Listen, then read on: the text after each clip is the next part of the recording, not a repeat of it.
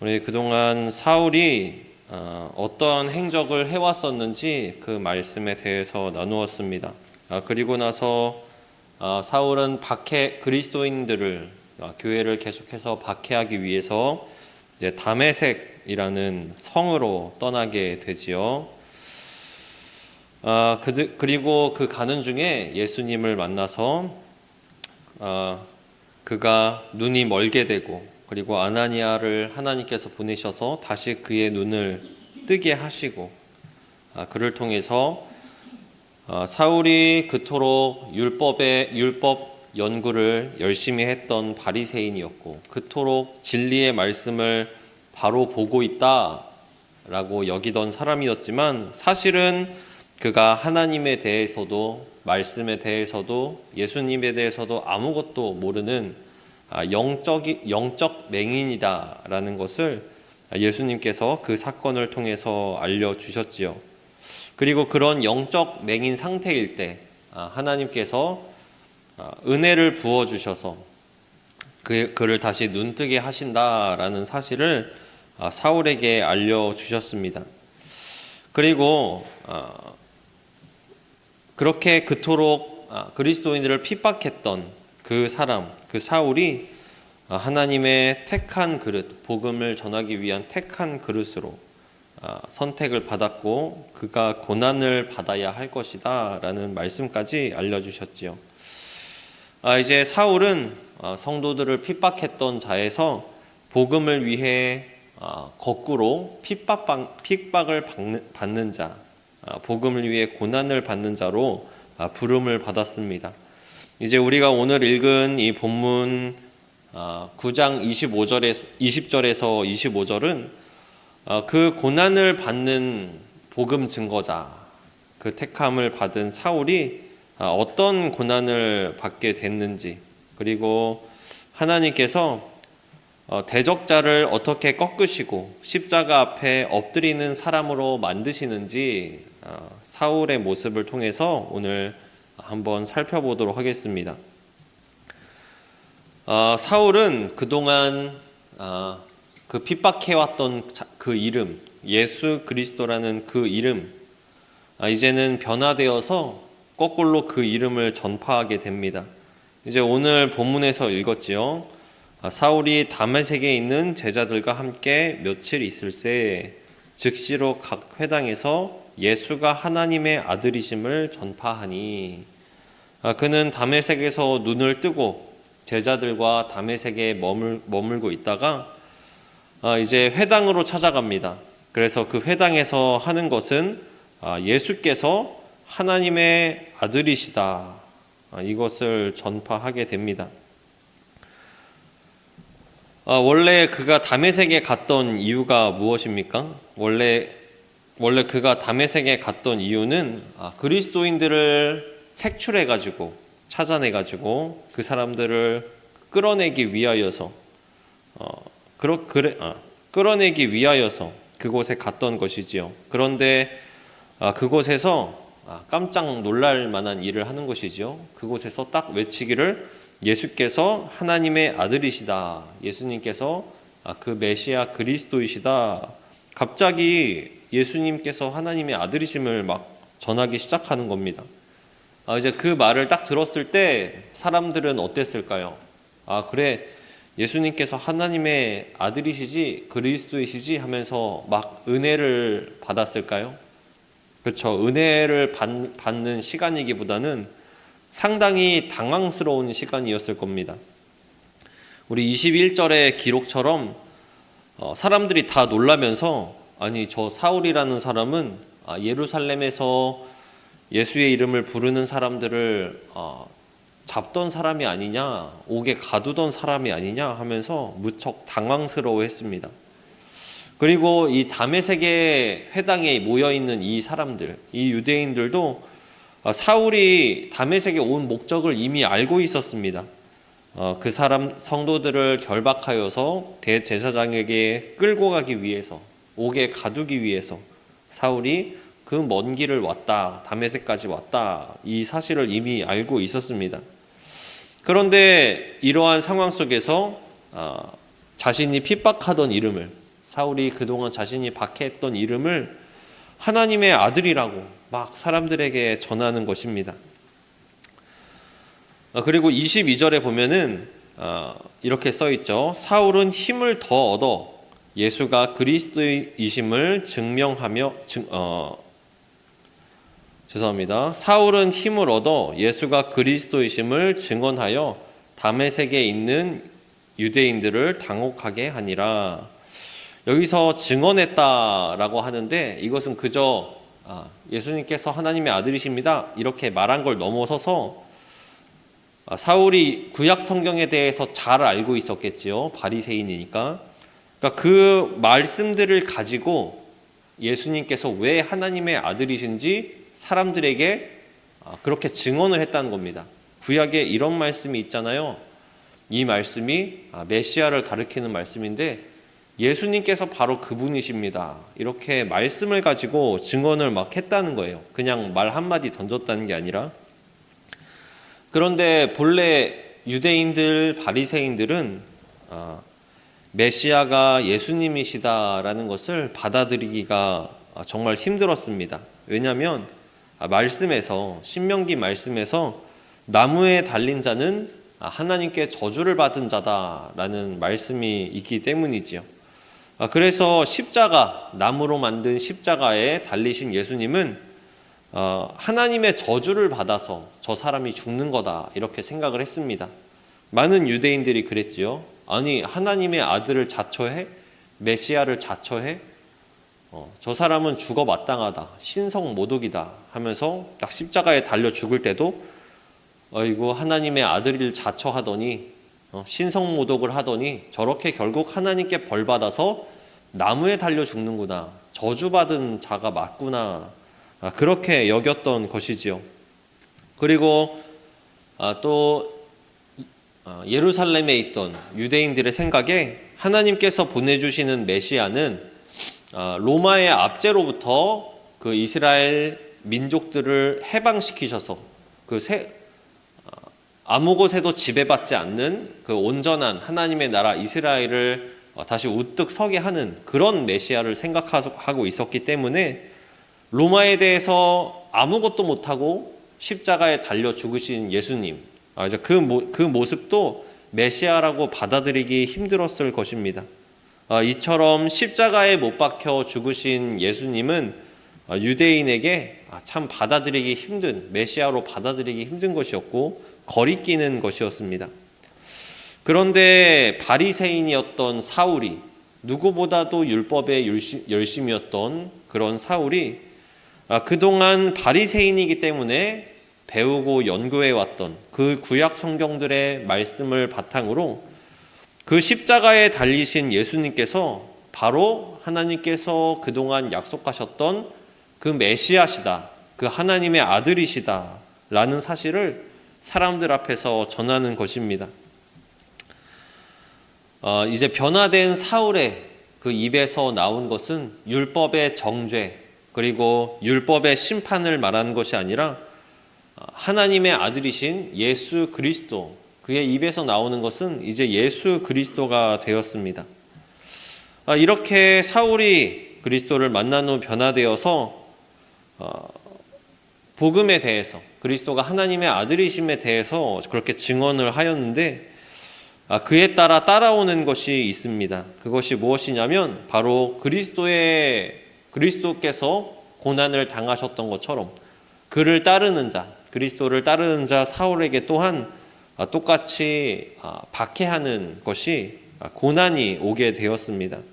우리 23절, 24절에 이렇게 써 있죠. 여러 날이 지남에 유대인들이 사울 죽이기를 공모하더니 그 계교가 사울에게 알려지니라. 그렇게 기록되어 있습니다. 사울이 예수를 전파하자 사울의 상황이 그 전과는 완전 달라져 버렸습니다. 이제 유대인들은 사울을 그렇게 따랐었는데, 사울을 앞장 세우고 그리스도인들을 잡기 위하여서 그렇게 따르고 했었는데, 이제는 돌아서 가지고 사울을 죽이겠다 그렇게 공모하기 시작합니다. 그리고 사울을 암살하기 위해서 밤낮으로 다메섹 성문을 지켰습니다. 그러니까 지금 사울은 다메섹 성 안에 완전히 갇혀 있는 상태이지요. 그곳에서 도저히 빠져나갈 수가 없고, 빠져나가다가 걸리면 이제 사울을 죽이기로 한 그들 앞에 가서 죽임을 당하게 될 것입니다.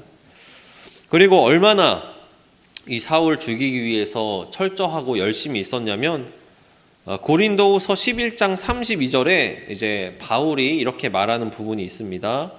다메섹에서 아레다 왕의 방백이 나를 잡으려고 다메섹 성을 지켰으나 라고 기록되어 있습니다. 그러니까 유대인들은 그 예루살렘이 아닌 다른 지역에 있는 유대인 회당에서도 예루살렘처럼 똑같이 종교적인 법을 집행할 수 있었습니다. 그러니까 다메섹은 완전 다른 지역이니까요. 그런데 그래도 다른 지역이어도 유대인의 회당에서 그 예루살렘처럼 종교법을 시행할 수 있었는데, 어떤 사람을 군사력으로 체포하거나 성문을 봉쇄하거나 그럴 수 있는 권한까지는 없었습니다. 종교법을 시행할 수 있는 거지 다메섹 성을 봉쇄할 수 있는 권한은 없었지요. 그래서 다메섹에 있던 권력자 아레다 왕의 방백이라는 사람과 결탁을 하게 된 것입니다. 종교 세력과 정치 세력이 손을 잡고 이 사울을 잡으려고 성문을 봉쇄를 해버린 것이죠. 테러를 차단을 해버린 것이죠. 이렇게 복음을 전하는 사람이 되어버린 사울, 그 사울은 이제 그리스도께서 받으셨던 그 고난을 똑같이 받게 되었습니다. 왜냐하면 예수님을 따르는 자가 되었기 때문이지요. 일찍이 예수님께서 요한복음에서 말씀하셨지요. 세상이 너희를 미워하면 너희보다 먼저 나를 미워한 줄을 알라라고 말씀을 하셨습니다. 이렇게 세상의 미움을 받던 예수님께서 어떤 일을 당하셨습니까? 못 박히시기 전에 고난을 당하실 때에 이런 일을 당하셨죠. 헤롯과 빌라도가 전에는 원수였으나 당일에 서로 친구가 되니라. 이렇게 종교 그리고 정치 그 모든 것들이 합심을 하여서 친구가 되어서 예수님을 박해하였습니다. 종교적인 기득권 세력과 그리고 로마의 정치 세력이 하나가 되어서 죄 없으신 예수님을 십자가에 못 박게 넘겼습니다.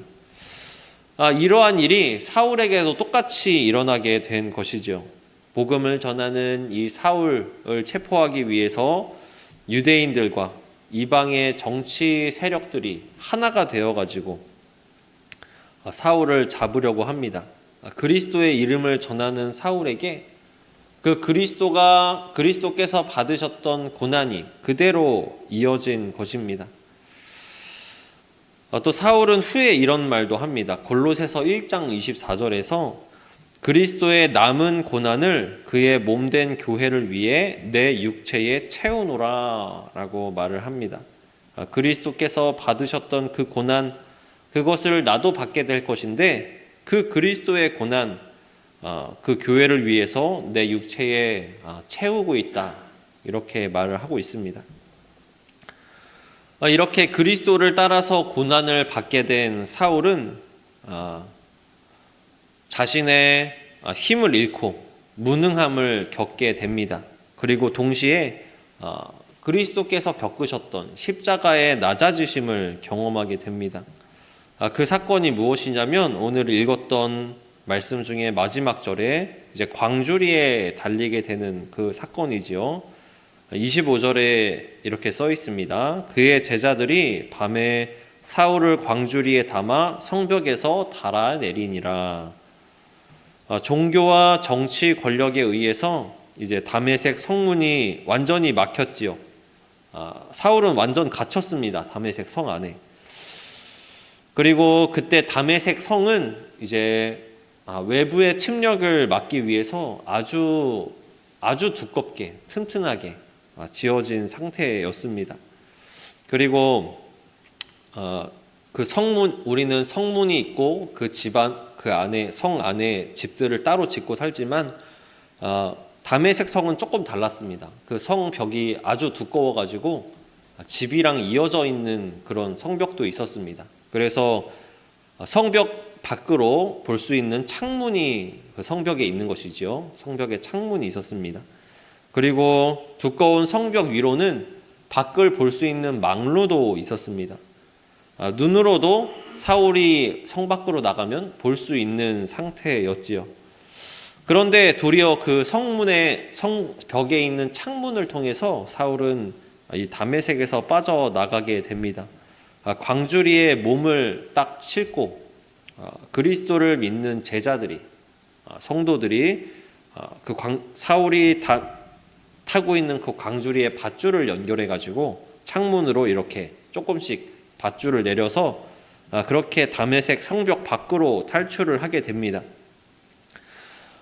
이 장면이 아주 중요한데요. 왜냐하면 사울이 이전과 정말 다른 상황이 되었다라는 것을 우리가 이 광주리 사건을 통해서 알 수 있습니다.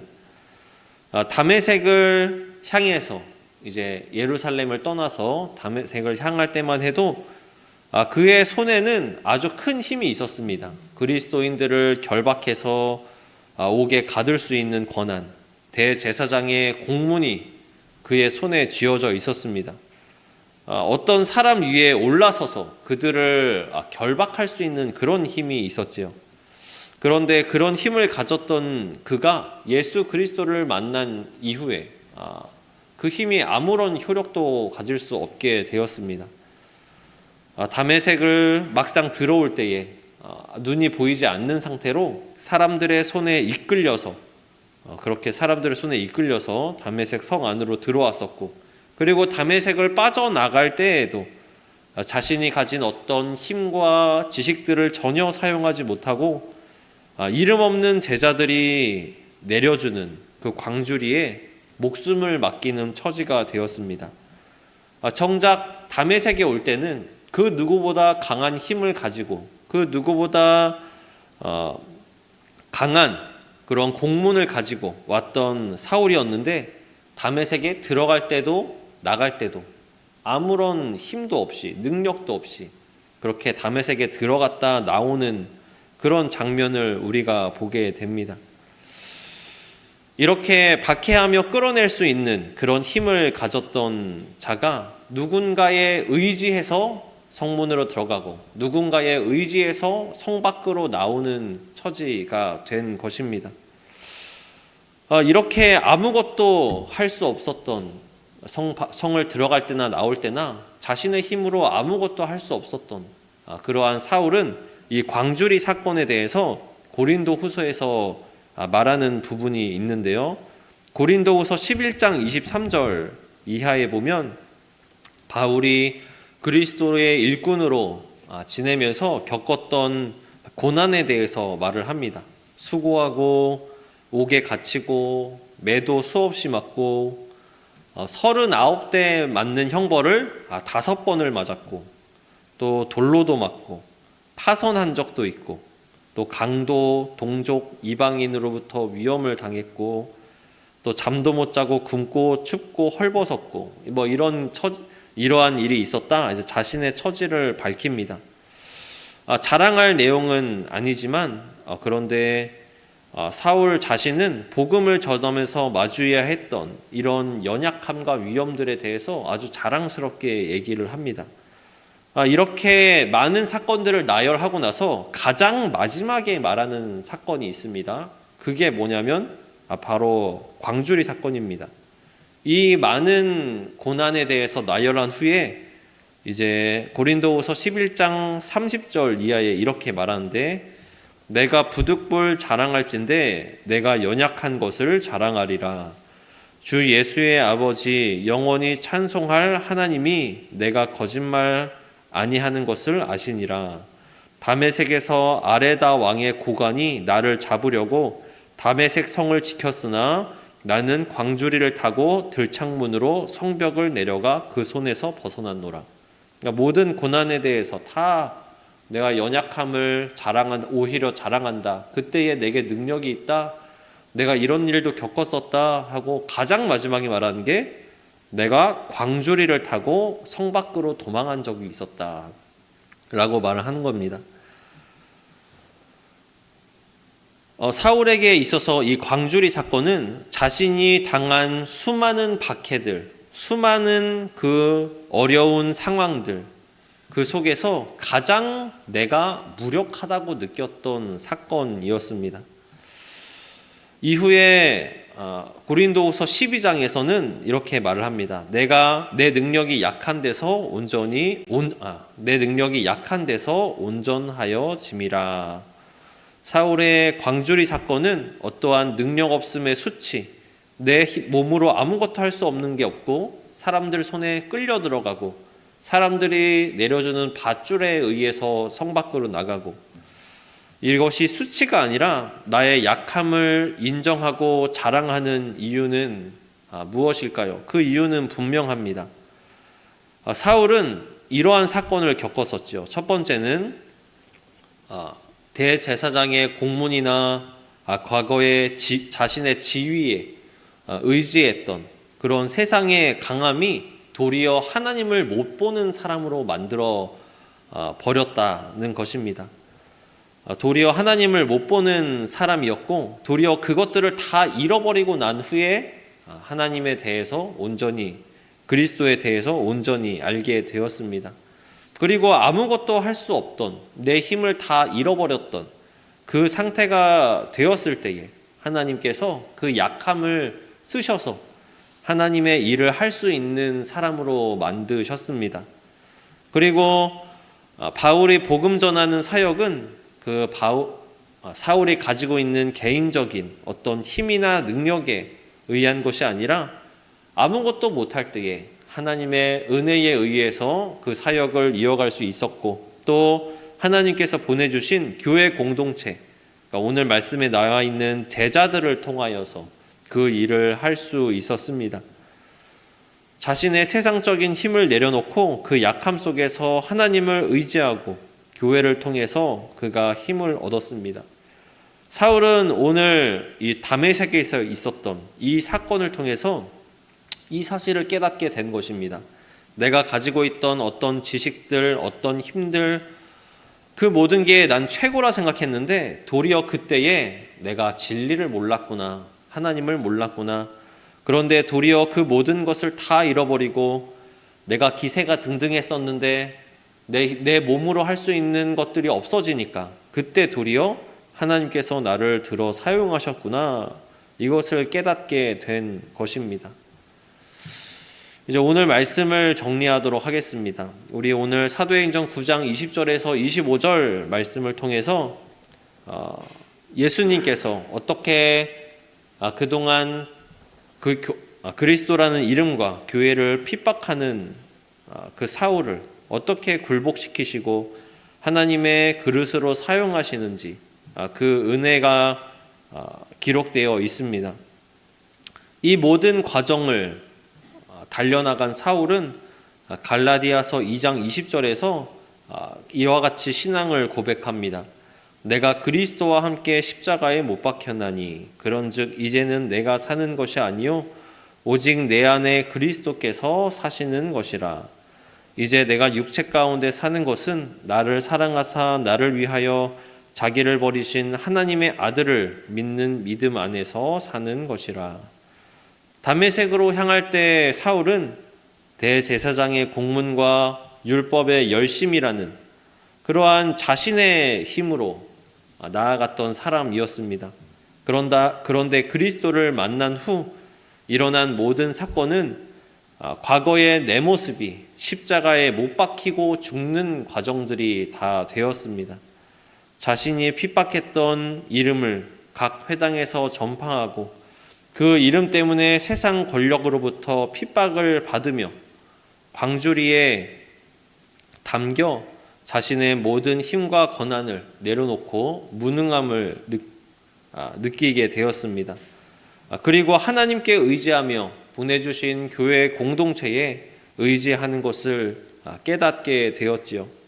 이 모든 과정을 통해서 율법의 열심이었던 바리새인 사울이라는 옛사람은 죽고 이제는 그 안에 그리스도께서 사시는 사람이 되었습니다. 사울이 힘과 권세를 가지고 기세등등했지만 그 모든 것들은 아무것도 아니었습니다. 도리어 하나님을 보지 못하게 만드는 힘과 권력들이었습니다. 이제는 광주리에 담긴 그의 모습, 이때에 그는 말하지요. 내 능력이 약한 데서 온전하여진다라고 말입니다. 내 안에 그리스도께서 일하심을 믿으시기를 바랍니다.